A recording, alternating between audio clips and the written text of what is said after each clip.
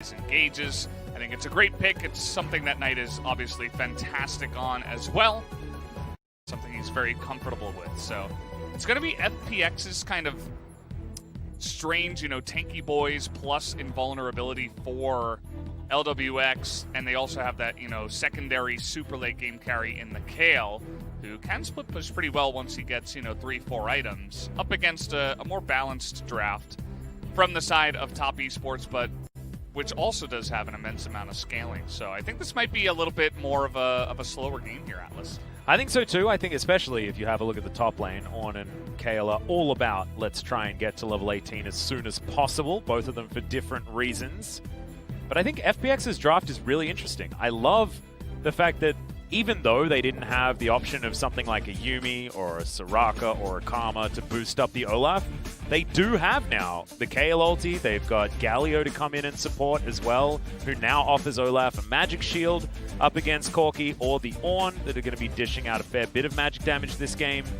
I actually really like it. Plus, it can also be used to keep LWX alive on this Aphelios. So a lot more options, especially as far as team fighting is concerned, but FPX are going to have to play it out well. And if the form of Top Esports continues, I think it is still going to be a difficult one here for this squad. Yeah, it'll be interesting to see how Karsa does on Graves. Very different pick from the Lee Sin. See if he can farm it out. Yeah, well, let's do it. Let's get into game number 2.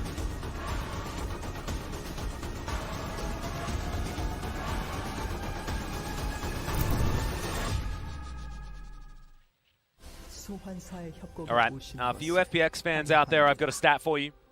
Knight, the only champion that he's lost on so far this tournament was Corki. So there you go. So you're saying there's a chance. Yep. There it is. Well, I don't know. I think that Corki is really going to get obnoxious once this game comes along, because the hard engage from FPX is great. You get the Nautilus in there, you get the Olaf running at you, you follow up with the Galio, and you try to fight front to back with Kale and Aphelios filling in from behind, doing the damage.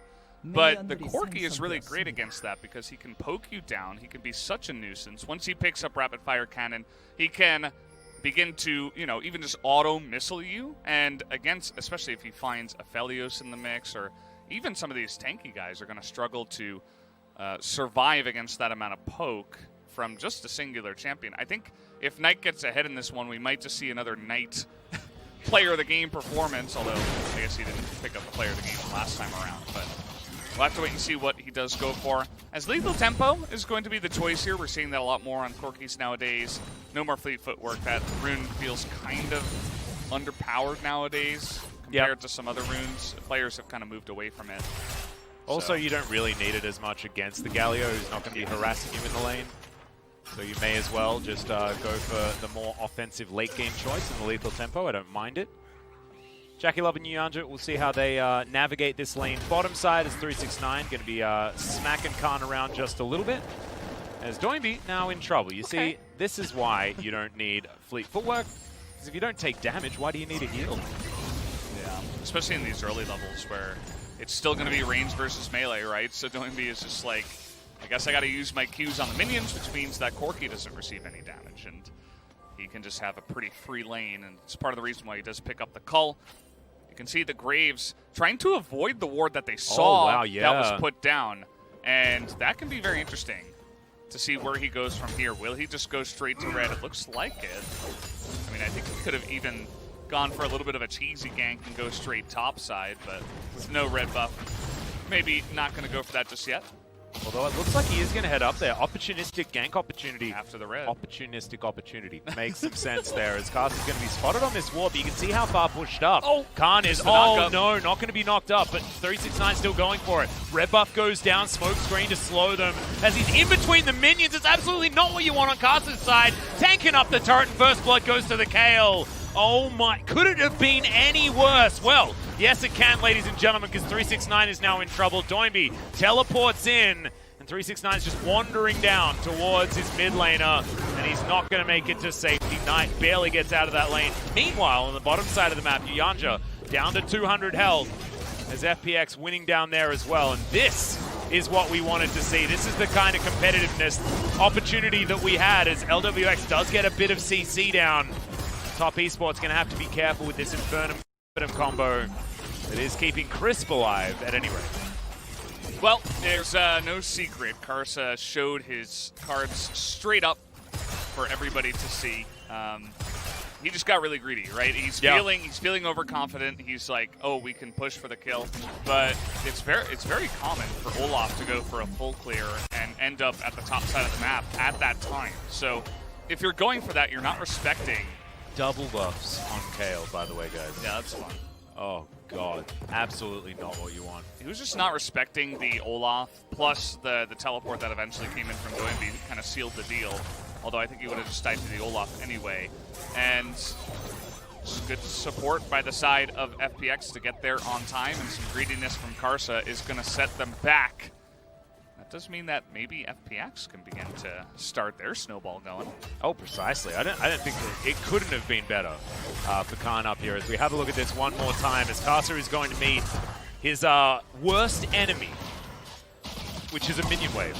As you can see, Graves he hates me. I think he actually missed that end of the line as well. As Khan just played him like a fiddle there. That's not what you want to see. As the Graves is okay. What? Good night. I don't know what that was. This is going to be the longest lasting double buffs that we've ever seen. Oh man! It's Knight's turn. He must not have checked the brush for the ward, and you know, maybe some people that were top esports fans were saying, oh man, Knight, why didn't you come and try to help? Well, that's precisely the reason, to save it for an opportunistic moment later on in the game. You mean an opportunistic opportunity? Opportunistic opportunity of high probability, if I say so myself. Beautiful. And Khan tries to poke. He takes 3 turrets hits. He's level 5. He doesn't have his ult. It's like just the alley-oop there. Handed over. Great play by 369, by the way. Really got to admire that he set up the kill, basically, and punished Khan for his greediness. Well, Knight spots out 2 members of FPX up here. As I'm not sure how close Khan was to level 6. No, he wasn't close at all. So I thought maybe he was hoping that a minion would die, he gets 6, and then is able to complete the dive on 369. But no, he didn't. That was just a bad play. As speaking of which, this is capitalization on vision control as Yuyanja utilizing the Aftershock relatively well, but I have a feeling he's still dead. Chris blocks down the kill, but now Karsa in position to try and get a kill back. Flash forward, Jackie Love has to flash away, and now Karsa might have an opportunity. Smokescreen comes in, but now you've got Severum Crescendum for LWX. You don't want to go too close to the Aphelios. Now Doinby, this is his favorite place on the map, the river.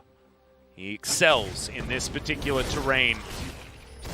And it is going to mean that Top Esports do back away. FPX retain control of this game. Only able to kill Yuyanja down there towards the bottom side, but they get the flash out of Jackie Love that can be very, very important. Yeah, just trying really hard to bait that for the follow-up, but unfortunately Graves, there was another minion wave coming in, and he was not going to frontline against 3 members, so just a good capitalization there by FPX. And this is when the Kale is going to get a little bit more annoying to 369, but he's still got a lot of sustain. You know, he's got the refillable, he's got biscuits, and he's on. Right, he'll do his job. Whether or not he's going to stop Khan from doing his is going to be the big question. As FPX have started off this Infernal Drake, will be the first one of the game. 369 just looking to clear out as many creeps as he possibly can to catch up to Khan. He's about a wave behind as we do get a reset as we check out this replay once again. Aftershock, pretty good rune. If it wasn't in the game, you guys already would have been dead. Yep. So it does bait FPX pretty far down the lane, but then the real bait is Jackie Love thinking that his teammates are going to help here as well. That they didn't want us to see any more of that replay. Yeah, that was strange. It was like, oh, there's action, but it was Knight clearing out a minion wave. There wasn't really anything else going on, but yeah, it was pretty much just you don't want to face check first of all, and Jackie Love losing his flash being the most important things. But Top Esports, you know, they love to scale with this kind of a team comp. They've got double cull already on the side of their 2 carries. No tier just yet for Corki. Yeah, actually, I was looking at that. And do you think that maybe we're going for the old school Corki build and just going Trinity Force into IE to try and get that big 2-item power spike by around the mid-game? It would help top esports have more mid-game power without having to stack up that tier. It's either that or he buys it second. Looks like he is going to buy it second.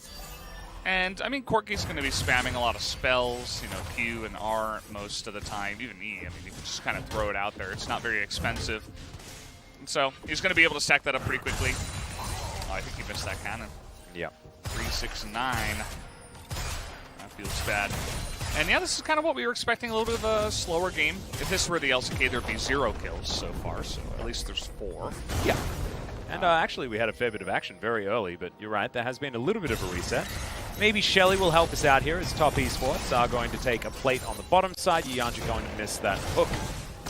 As Crisp, he's booking it up the river, lands the dredge line onto Knight, who has to deliver a package. He's going to go there. Which company do you think he works for? Which delivery company? FedEx? Yeah. I thought he looked like a bit of it. That was a DHL package. Do you think so? Yeah, that's what I was feeling. I don't know. He delivered the package very fast. He did. So I'm going to say FedEx. Okay. I mean, hashtag sponsored. No, I actually recently got a delivery of some rollerblading gear from the UK. Yeah. And it arrived in Seoul, which is, guys, roughly on the other side of the planet, in 3 days. Huh. During the corona epidemic as well. It's pretty fast. Like, that's insane. I actually didn't think it was physically possible. They knew how important your rollerblading gear was. Absolutely. And that's why it arrived so quickly. Yeah. That's the only explanation, really. I'm so excited about it, I ordered more. It was some retail therapy after the LCK performed so poorly yesterday, but 369 now underneath this turret, having to deal with Shelly, Tien, and Khan.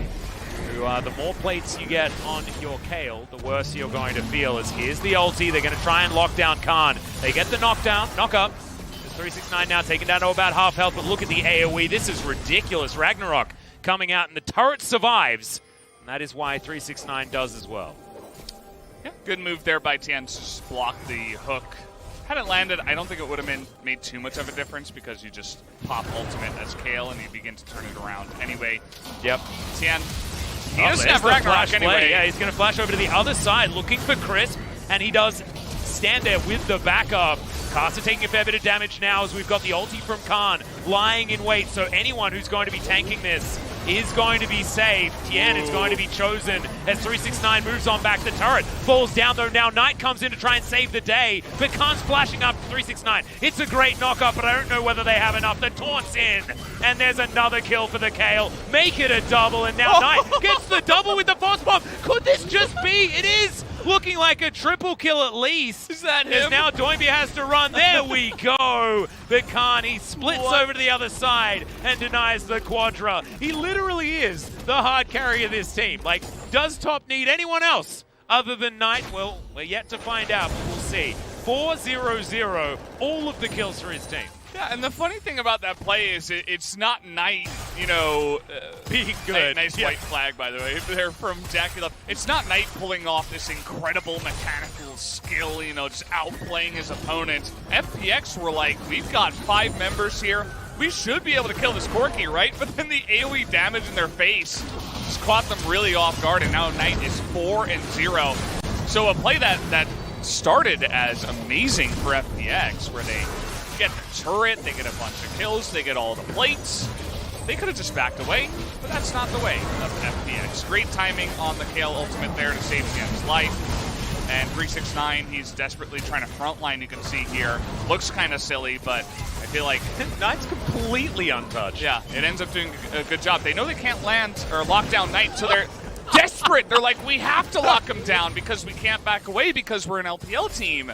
And they get punished for it. I mean, now Knight, he's got that Muramana, well, Manamune for now. I don't even think you can say that they're an LPL team. I think it's just their FPX.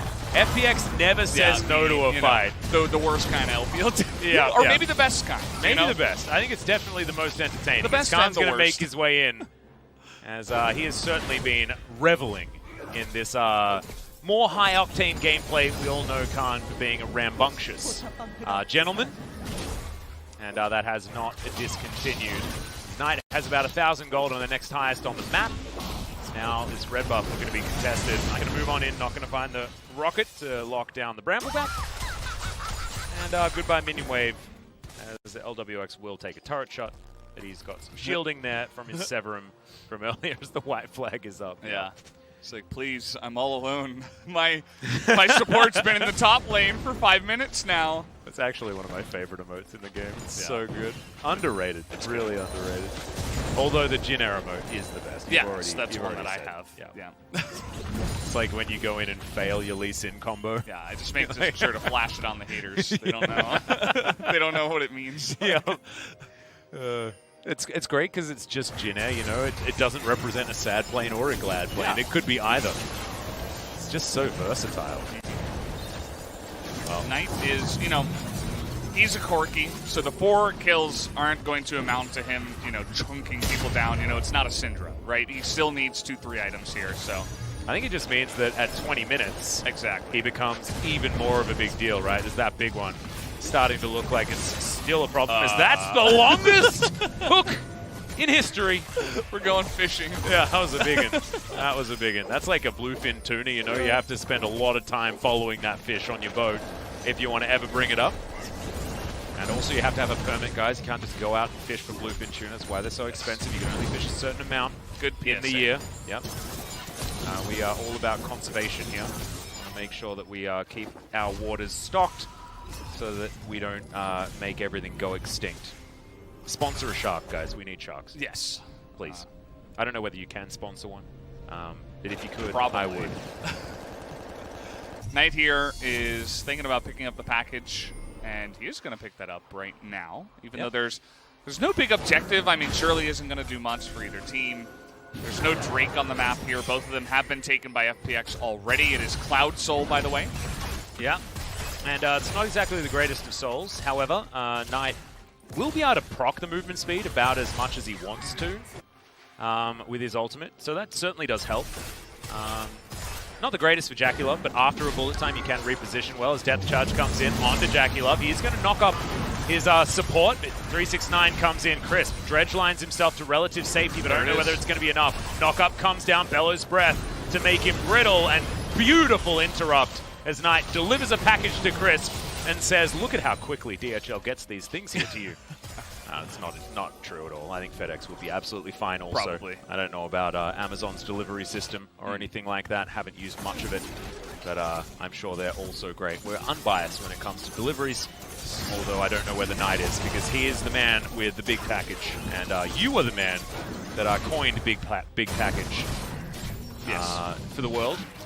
Well, LS said it once, and I thought that was the actual name of the ability, and so I just kept saying it. And people thought I was joking every single time, that I never thought the joke was old, but actually I just thought that was the name of the ability for over a year. I imagine people are sitting at home thinking, like, how could he not know what it's called? It's like, we play on the Korean client, right? We can only see it in Korean, and therefore, you know, it's harder. You know, you have to really do the research if you're going to know. So you just assume, and I think that's absolutely fine. And, he's certainly got one, if we can say so right now. He's finished Trinity Force. He just went back and spent over 2,000 gold on top of his Sheen to pick that up. He's 5-0. Well, he's actually 6-0 because he's cashed in his Cull as well. Like, as far as money is concerned, he's even stronger. And this is just FPX again. It's like we see AD carry of the enemy team, we go for the AD carry of the enemy team. Look at Kale and Aphelios on the map. Well, you know, come on. Yeah. They had vision at the left side too. They saw the entire team atop Esports. You can't go that deep and not expect to be punished for it when you're up against Ornn Thresh, right? Like you can't be locked down forever. No. The way you got to think about it is you can't be an AD carry and not expect to be depth charged if it's off cooldown. True. Okay? That's the FPX. You know, if you're that kind of player, FPX is your team. Precisely. They have proven that many times now. I'm a big fan in this game. As top esports a little bit spread, but as are FPX. A bit of a line drawn in the sand here. Shirley is going to be taken down, but not after. She managed to get a headbutt on that outer turret mid lane. Chris very close to that dredge line, but once again the Lantern very, very powerful. FPX regrouping as the hook lands onto Doinby. And the box comes down. Yanja immediately goes golden and denies the Moonlight Vigil to get any extra damage. Jackie Love with a great ultimate, but denied by the stopwatch of Doinby. No one's dead just yet, but some softer members of the FPX side when it comes to health bars might mean that Top can deny this Drake. Okay. There's a dredge line though, and Crisp is saying no. That hook was beautiful, and Khan is going to take out Yanja. Jackie Love doing a fair bit of damage though. Khan still with the ultimate in hand. Watch for that one, because no one's going to be taken down in an instant here by TES if he is still there with the mana available. Doesn't have a lot of it, but still has at least enough for that. Now, Soul Point being threatened by FPX this time around. Looks like they are going to be able to do so, but Chris might be the sacrificial lamb. No, ulti goes down from Khan. The AoE damage is in, an FPX behind this Kale decimate Top Esports. Even Knight unable to mechanics his way out of this one. Oh man, that was just such a big taunt flash, or flash taunt, I guess, from the Galio on that one. He got on top of the Corki. And you can see what Top Esports were trying to do. They were saying, okay, they're split up. Maybe we can catch one of them and, you know, just back away if they went a little bit too deep. But it all starts, you know, Top Esports, they say, hey, we got the follow-up engage here with the Ornn, but stopwatch, a great item. I would recommend it. It's only $6.50 in the shop. Has more action. LWX is dead, guys. What? This just happens to... Like, how was he there? How? Yanja still has flash. It's not like he got flashed on. LWX has flash too, by the way. Jackie Love has a backdoor bonus turret that he's taking down. Does sacrifice half of his health bar, but he's under no threat right now. But as you can see, 2,000 gold is the lead here for Top Esports. FPX with only a Cloud Soul available, so not exactly the biggest value here for Top Esports to fret about. But let's have a look at this team fight once again. This is the biggest problem. It's just that FPX's composition team fight so well. This is the rest of the story of what happened earlier. Great play by Chris. Had to burn a splash for it, and then you can see what Top Esports are doing. They say, okay, 3 people are on the Drake. Maybe we can catch one person off. But Kale, you know, that invulnerability is really good. And Galio's able to get in there and lock down with the taunt, a couple of those damage dealers. As LWX, I mean, this is really dumb. What okay? the hell is he doing? You don't do this. You can't be that far down the lane. He doesn't have any vision on the left side at all. Yeah. Well, we're fighting again. Every time we get a replay, it has to be a fight. As that heroic entrance was fantastic. The double taunt to follow up, but knockup comes through from 369.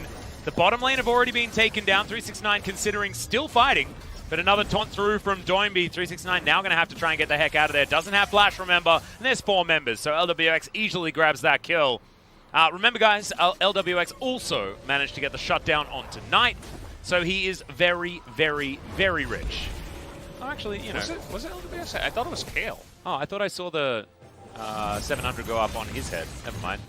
Probably was Kale because he has 2,000 more gold, so I think you might be right.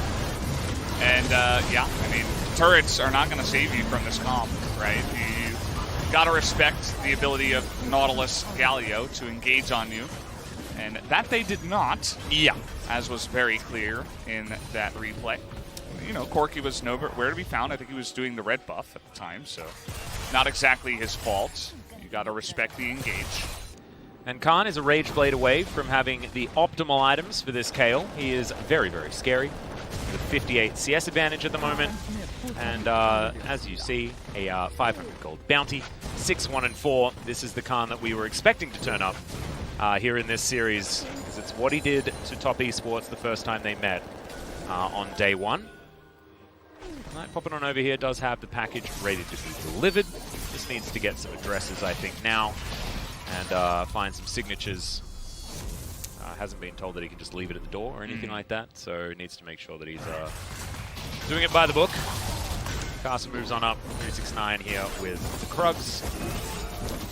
And he's going to be gifted over some of that money, obviously, looking for his Abyssal Mask. Wants it as soon as possible. Yeah, Knight is very, very strong.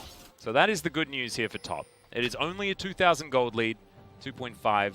You want to be pedantic. Get it right. Yeah, sorry about this. I apologize. I know you're used to me being so succinct with everything that I say. Exactly. But no, Khan is the problem on the side of FPX though, and I just think that Kale in a late game scenario when he's had an early game this good, I think that Kale, she's just too strong. I don't know. Yeah, it's kind of going to be the fight of Knight versus Khan, and at this point, I have to imagine that FPX will have the advantage, especially because FPX have relatively painlessly been able to get their Kale to basically level 16. As long as they back off and don't do anything, a little bit boneheaded at this point. You don't have to force a fight with one Cloud Drake, by the way. It might be a good idea to just send your Kale to the side lane, wait until they get level 16, and then get the next one. But we'll see. Again, they could still set up a nice one like here. They have Ruby on the top side. They've spotted. Oh, yeah. That's really bad news. Great work. Helping out here. 369 going to throw through the ram. It is stolen away, so Cloud Soul is denied, and that's a very early ultimate used on a retreating Olaf. Not exactly what you want, but Knight was picked out and destroyed. Yeah, the team fight just too good. Heroic entrance there just for some fun, and look at all of these magic damage shields. Jackie Love gets dredge line, and Chris is back in form after it was the Yi Yanja show in game number 1. Chris certainly getting his money worth here this time around as Casa goes again and yields reach around here, flashes forward, end of the line for Chris, my friend. Yeah, aptly named ability that one, and that is just backing in the wrong spot. But Baron still should be a guarantee here for FPX. So not all bad news. They lose their star support in the last team fight. Baron's taken, and FPX are looking to start their onslaught in this series. Casa at least takes the big bucket of popcorn chicken. Let's have a look at it once again.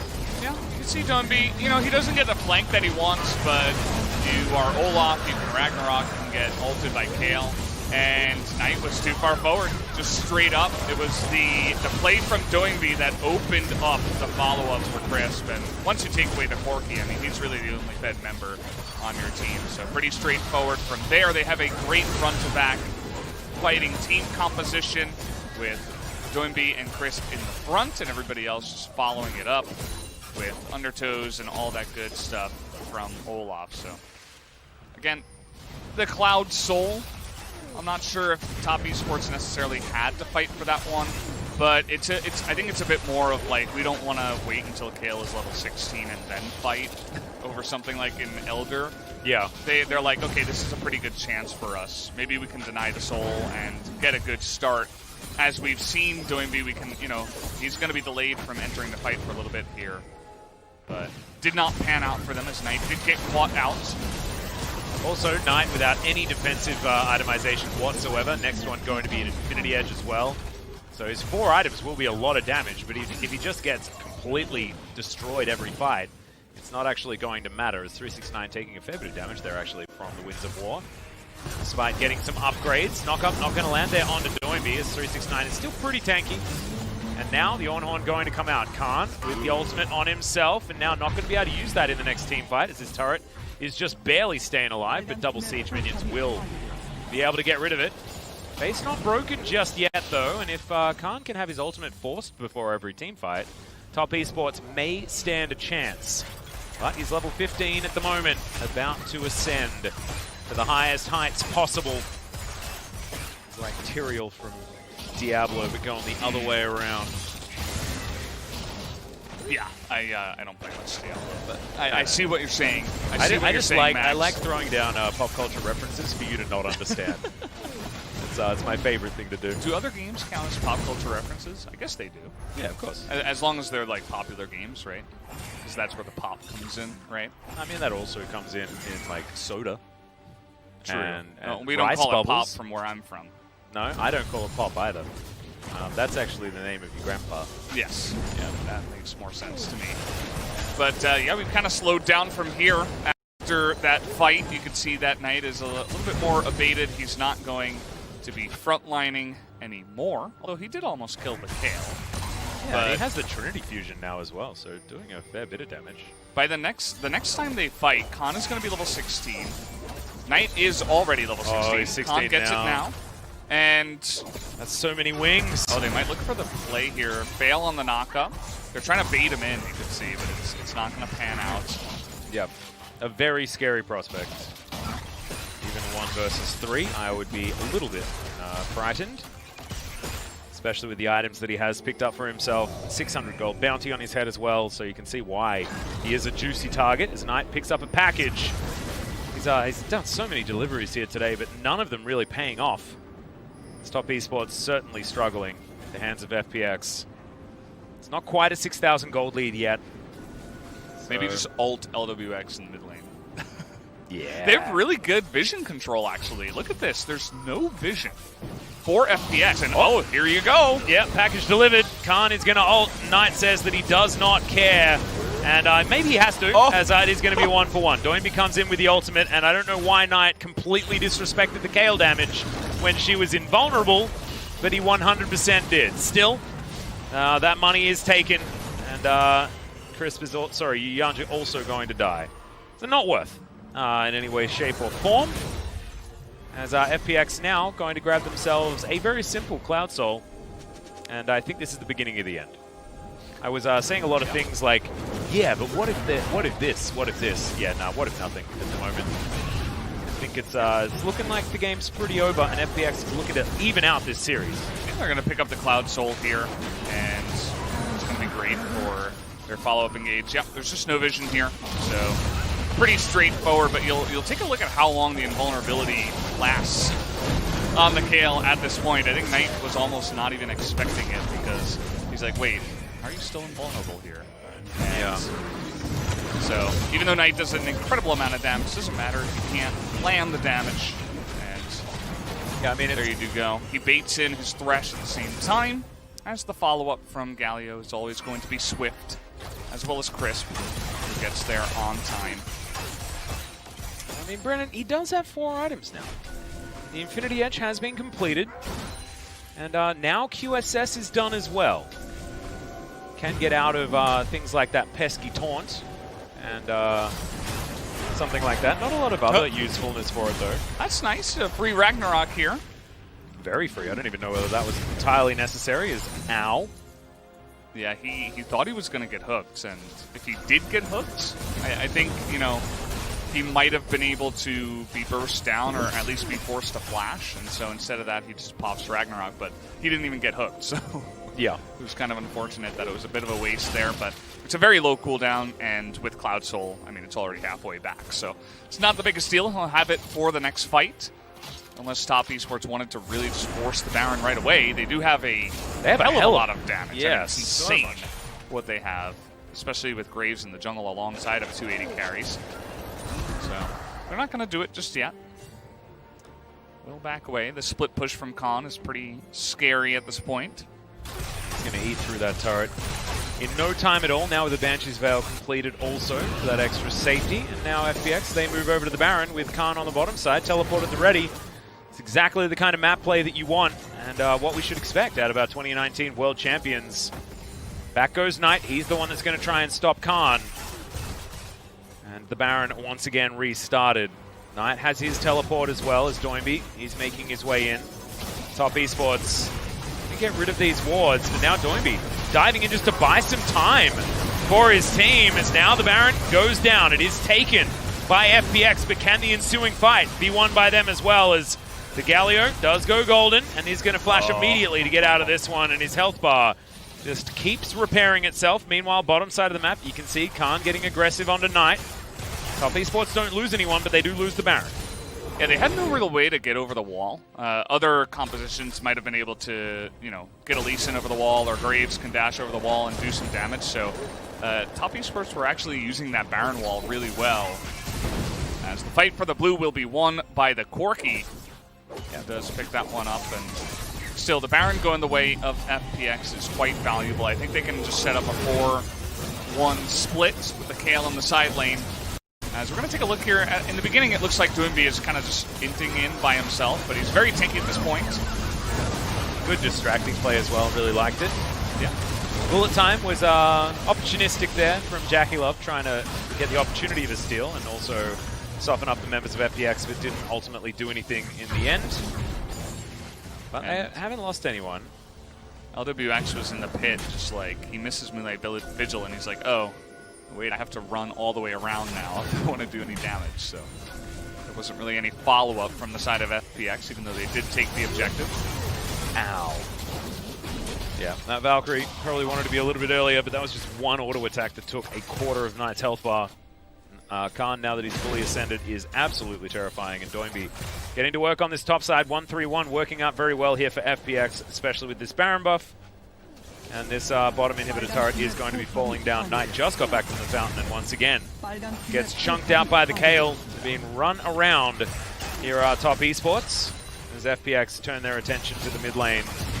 Kasa taken down relatively low, but Doinby doesn't have a huge health bar to work with. There's Knight now, another Valkyrie necessary.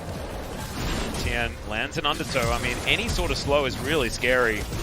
As Chris just have his flash on cooldown now. Okay. Oh god, just does so much damage. 369 unable to throw the ram back either. As Doinby jumps on down, just squashes the little Thresh, and it's a double kill here for Khan. Kasa going to suffer the same fate here as LWX joins the party, and FPX will even out the series with a win in game number 2. We had an inkling that maybe having a draft phase may help out FPX, and it in fact absolutely did.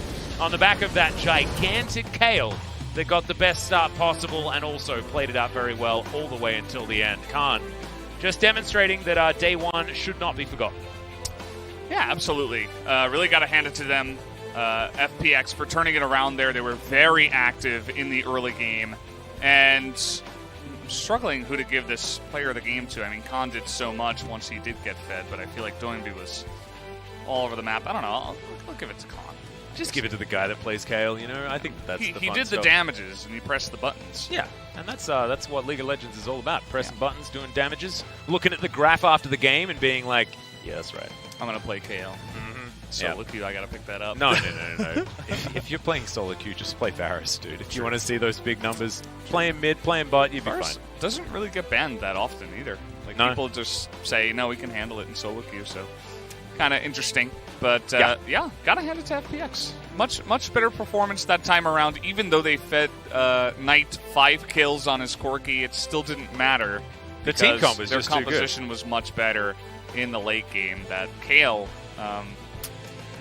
and it just shows like the Kayle Galio combination is just so good, because if any of the targets get focused, you can't kill them for like 4 seconds, no matter what, right? And if you stay in there for too long, heroic entrance eventually happens, and if you are overcommitting, you are going to get completely capitalized on. So really, really good stuff out from FPX, and we'll see whether they can continue to do so as we move further forward in the series. But let's check out some highlights here from game number 2. See how this all happened as Kasa gets ultimately trolled by this minion wave. Graves' best friend, of course, as you guys know. I still think that maybe that end of the line, he like flashed over the Kayle and then pressed end of the line, which is real bad news. This was